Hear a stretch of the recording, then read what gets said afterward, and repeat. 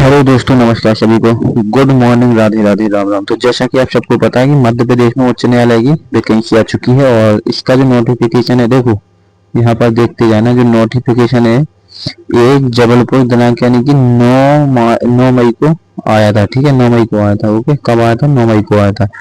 अब देखना, इतना सारा सब कुछ पढ़ने की तो हमें जरूरत नहीं है। ओके, सबसे पहले हम देखेंगे कि मध्य प्रदेश उच्च न्यायालय की जो मुख्य पीठ जबलपुर, खंडपीठ इंदौर। ठीक है, मुख्य पीठ कहाँ पर है? जबलपुर, खंडपीठ इंदौर व खंडपीठ ग्वालियर में चतुर्थ श्रेणी आकस्मिकता निधि से वेतन भोगी यानी कि ग्रुप डी की है पोस्ट। ठीक है, ग्रुप डी की। तो सबसे पहले हम देखेंगे यहाँ पर कर्मचारी खंडपीठ इंदौर में लेफ्टिनेंट चतुर्थ श्रेणी कॉडर एवं मुख्य पीठ जबलपुर में वाहन चालक नियमित आकस्मिकता निधि से वेतन भोगी के पदों पर भर्ती। ठीक है, तो इसमें देखें ऑनलाइन आवेदन प्रारंभ की जो तिथि है इसकी वो 13 मई से लेकर के इसकी अंतिम तिथि की बात करें तो 28 मई। ठीक है, और आवेदन में त्रुटि सुधार की प्रारंभिक तिथि तो 29 मई को इसके आरंभ जो इसकी जो त्रुटि हो सकती है, इसमें कोई भी गड़बड़ी हो सकती है तो इसमें सुधार हो सकता है। ओके,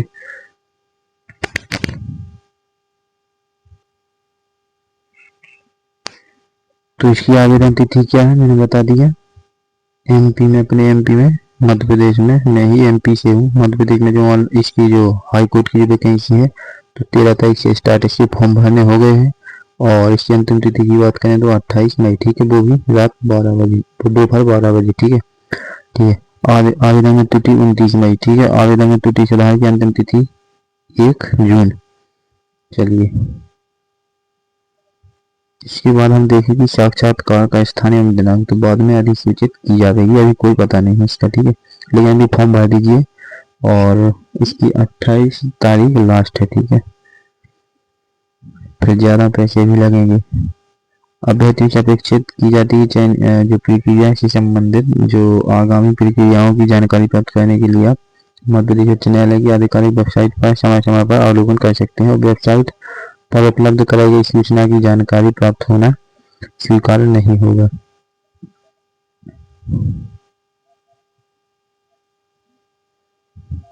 और हमें यहाँ पर देखेंगे खंड आ में क्या लिखा है। जो चतुर्थ श्रेणी के जो आकस्मिकता निधि से वेतन भोगी जो कर्मचारी हैं, जो कर्मचारियों की जो रिक्त पदों की भर्ती इसके बारे में। ठीक है, तो सबसे पहले देखेंगे हम क्रमांक 1, इसमें मुख्य पीठ जबलपुर। ठीक है, मुख्य पीठ जबलपुर। इसमें जनरल के लिए 27 पोस्ट है और ओबीसी के लिए इसमें कितनी पोस्ट है? 6। एससी के लिए भी 6, एसटी के लिए भी 6। ठीक है, टोटल पदों की संख्या बात करें इसमें तो 45। और खंडपीठ इंदौर में कितनी है? जनरल के लिए 7 है और ओबीसी के लिए 1, एससी के लिए 2, एसटी के लिए 1 और कुल पदों की संख्या की बात करें तो 11। खंडपीठ ग्वालियर में यदि हम देखें तो जनरल के लिए कितनी है? 10 और ओबीसी के लिए 1 और एससी के लिए 2, एसटी के लिए कोई भी नहीं है। टोटल 13 है। यहाँ पर टोटल की बात कर लेते हैं सीधी, ऐसे तो बहुत टाइम लग जाएगा। टोटल पोस्ट की बात करें तो यहाँ पर कितनी है? कुल पदों की संख्या 63 है। ओके,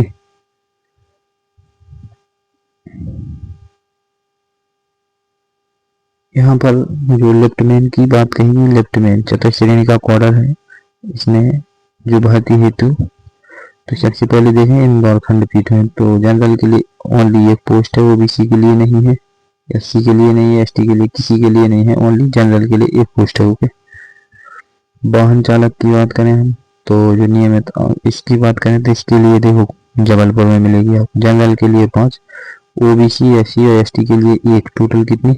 8। ठीक है, चलिए, खैर इसमें बहुत कुछ लिखा है, हमें बहुत कुछ पढ़ने की जरूरत नहीं है, मुख्य मुख्य चीजें देख लेते हैं। ठीक है,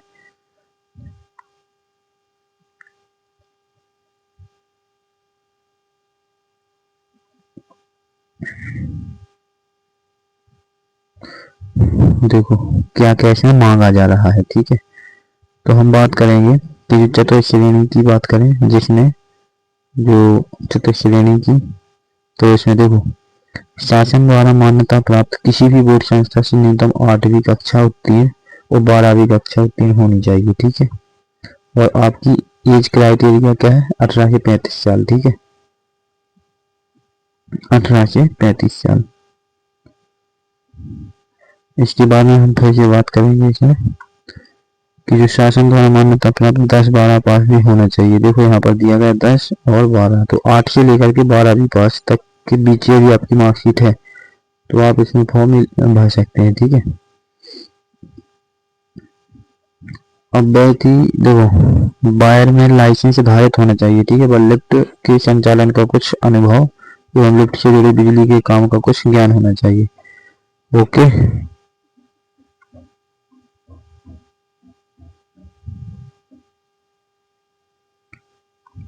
तो यहाँ भी वही कहानी है, इसको पढ़ने से क्या आप लोग पढ़ ले रहे हैं ना, एक बार इसको PDF डाल दूंगा इसका पूरा टेलीग्राम पर, ठीक है। मानवेंद्र क्लासेस के नाम से टेलीग्राम है, उस पर आप ज्वाइन कर लेना, डिस्क्रिप्शन में लिंक लगी है, उस पर मैं इसको डाल दूंगा, ओके। तो इसमें तो सारा कुछ दिया है, बट जो मैंने मोस्ट बताया आपको कि फॉर्म भर दीजिए, तो बट भर दीजिए आप इसमें, लेकिन क्योंकि फिर लास्ट डेट इसकी जो 28 मई है, इसके बाद फिर नहीं भरेगा। आप भर दीजिए, अपनी तैयारी में लग जाएगी, थोड़ी बहुत तैयारी करनी होगी। तो सिलेबस के बारे में देख रहे, इसमें हैवी सिलेबस की नहीं है अभी, इसका तो खैर कोई सिलेबस नहीं दिखेगा, इसमें होगा।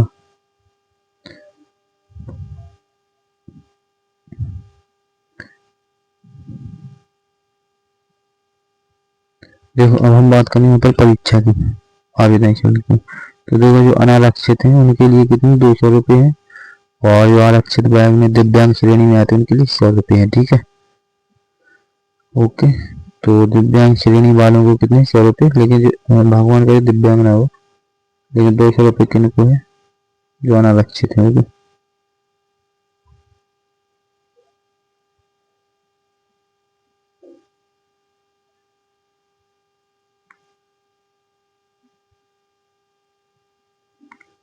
तो ये सब आप पढ़ लेना, ठीक है, इसकी अब कोई ज़रूरत नहीं है, फॉर्म भर देना बस।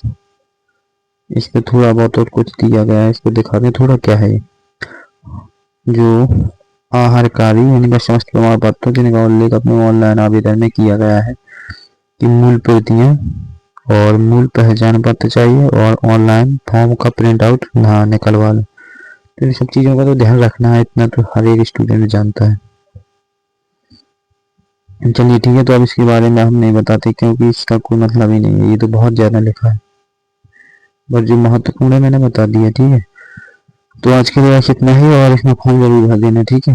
और अभी जो भी विद्यार्थी SSC CGL को लेकर के, किसको, CGL को लेकर के जिनका टारगेट है वो मानवेंद्र क्लासेस यूट्यूब चैनल से भी जोड़ सकते हैं, एप्लीकेशन से, एप्लीकेशन पे पेड क्लास चलती है, तो उसमें आपका हम कंप्लीट हिस्ट्री करा देंगे, ठीक है। और कूपन कोड क्या है, देखो डिस्क्रिप्शन में लिंक लगी है मानवेंद्र क्लासेस एप्लीकेशन की, तो फिर लिंक पर जाइए और एप्लीकेशन को डाउनलोड कीजिए, ठीक है। तो आज के लिए बस इतना ही, थैंक यू दोस्तों। वीडियो को जल्दी से जल्दी शेयर कर दीजिए ताकि मध्य प्रदेश के जितने विद्यार्थी हैं सभी को पता चले। थैंक्स दोस्तों।